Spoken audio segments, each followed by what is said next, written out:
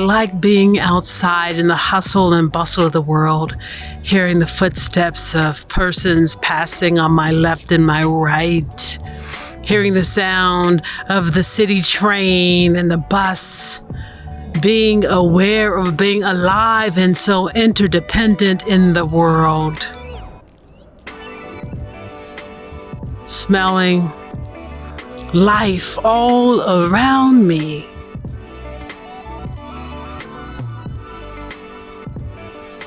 Hearing and feeling the hum of the city.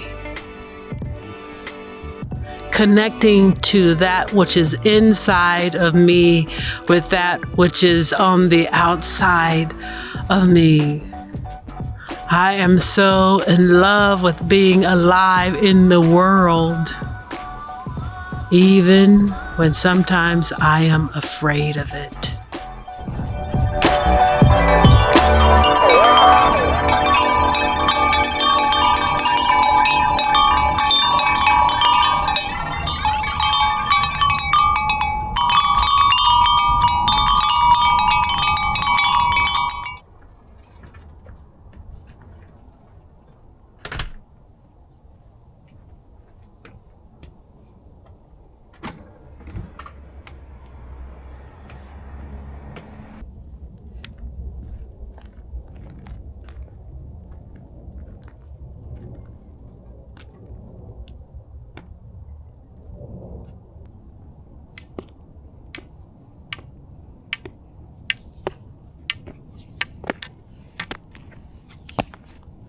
I love being out in the sun with the birds and the squirrels who are consistently doing things with Marriott's burgeoning garden. I like being outside, whether it's, downtown walking around on the asphalt, concrete sidewalks, on a train, on a bus in the city. But I especially love being in our backyard, listening to the squirrels and the birds. The squirrels love to drop things and play around in the bag. I think it's a way for me to find silence and grounding. And there's so much fear going on in the world. There's so much one can be afraid about. But I don't want to be so caught up in fear that I cannot be at peace in the world. And that's a real struggle. We look at the evil that's happening in our country. The evil coming down from, and they want to call it executive leadership, the evil in this country. And America's not new at it.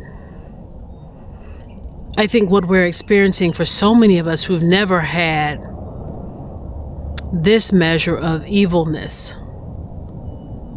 in front of us is a shocking awareness of what has always been the continuation of evil, the legacy of evil, the legacy of doctrines supported by the Christian religion, which says if you go to a land and the people don't know your God, you're able to take their land, their property, and enslave them. Doctrine of Christian discovery.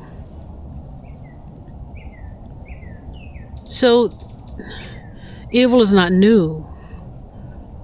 The continued unveiling of what we're experiencing is horrifying. And I think every day we can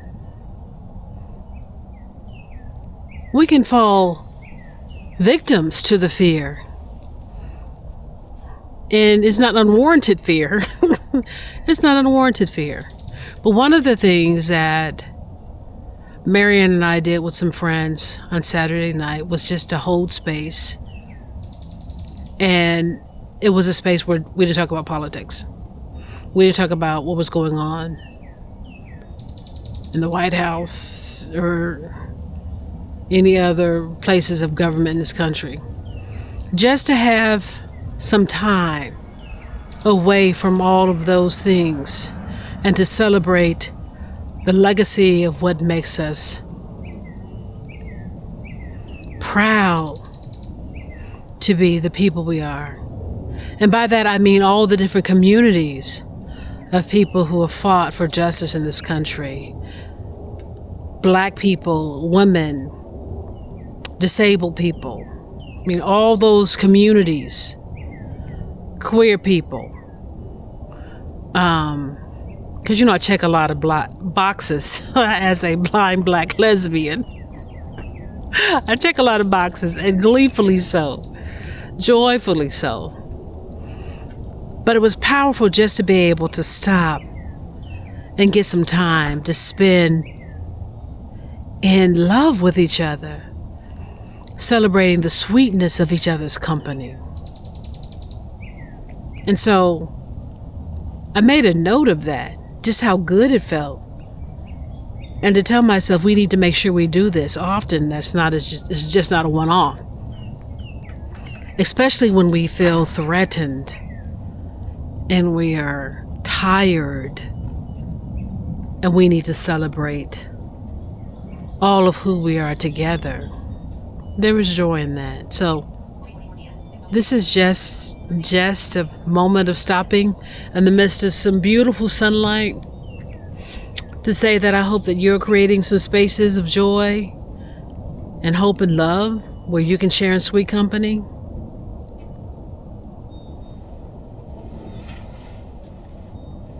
Because we need to do that. And not let the fear of what is so clearly present overwhelm us. To be joyful warriors in this work. Well, there's some other work that's calling me now, so I got to get up from my place of peace. But just wanted to share that with you all, and hope that you continue to find joy in the world. Peace and grace. Bye.